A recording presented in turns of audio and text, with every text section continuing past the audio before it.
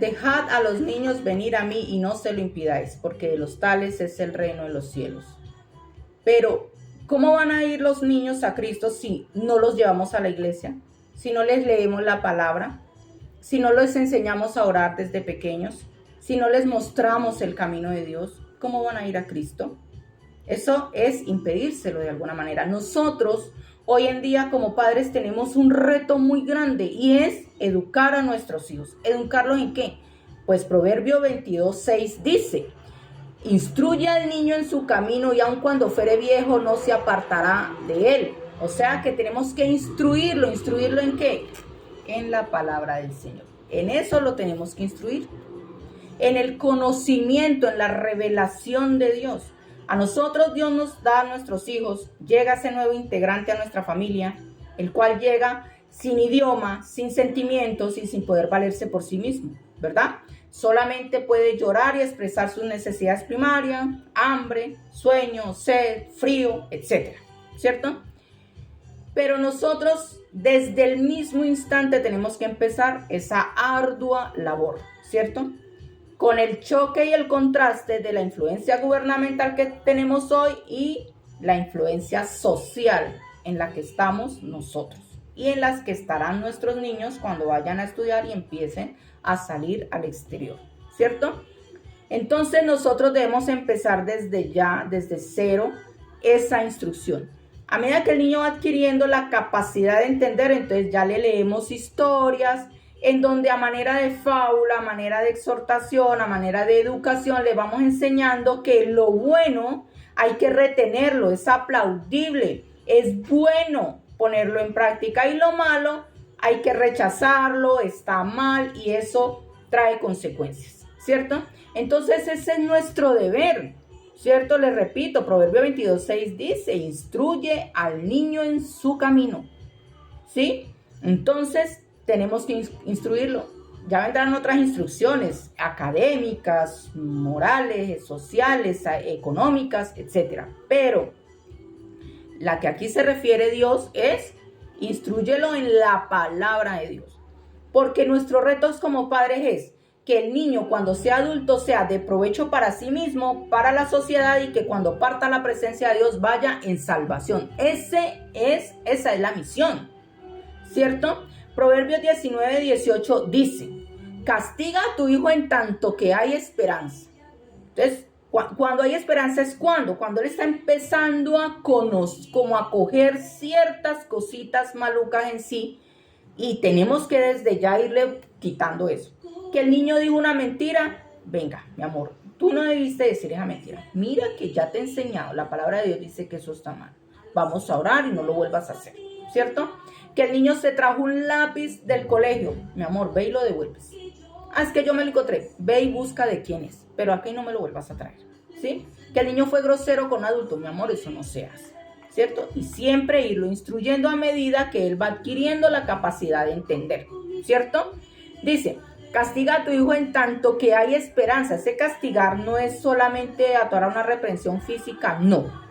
Es Dios nos va dando como la sabiduría, los medios, las formas de irle enseñando eso que debe aprender, ¿sí? Cuando ya él tiene una edad en donde quiere desarrollar una actitud desafiante, entonces ahí ya empiezan los castigos, que es: hoy no sales, hoy te quito la tablet, hoy no tienes este beneficio, ¿cierto?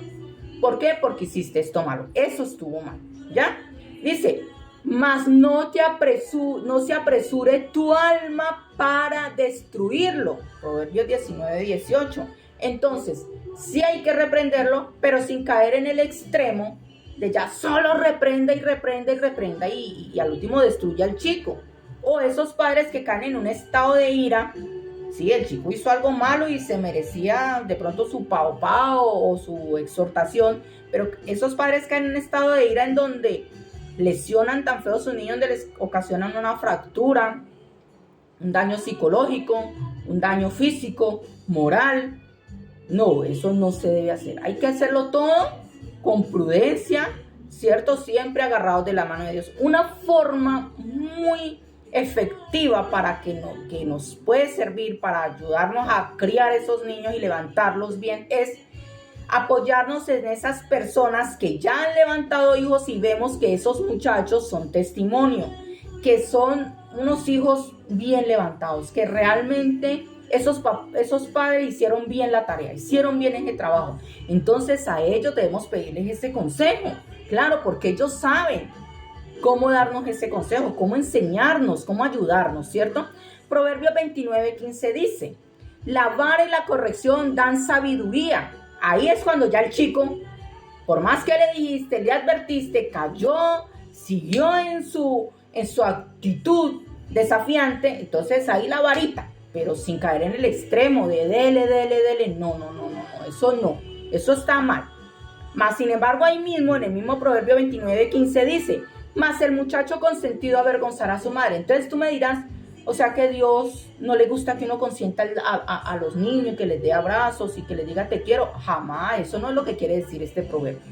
No podemos malinterpretar las cosas. Está hablando de una situación en donde el niño se ganó una vara y una corrección para darle sabiduría. Está hablando de ese mismo, entonces sin salirse del contexto le dice, ¿sí? Mas el muchacho consentido avergonzará a su madre. Está hablando de que el niño hizo algo malo y si tú se lo consientes, será tu vergüenza. El niño se trajo algo que no debió traerse. El niño fue grosero. El niño le hizo bullying a su compañerito porque el compañerito tiene una apariencia física, un color de piel, una situación económica en donde a él le pareció risible y vamos a burlarnos, vamos a hacerle algo maluco. Ahí tú debes reprenderlo de la manera como Dios te diga. Como te digo, no siempre es a toda hora juguete, no, pero tampoco podemos ser alcahuetes, porque mire lo que está diciendo ahí. Mas el muchacho ¿consentido en qué?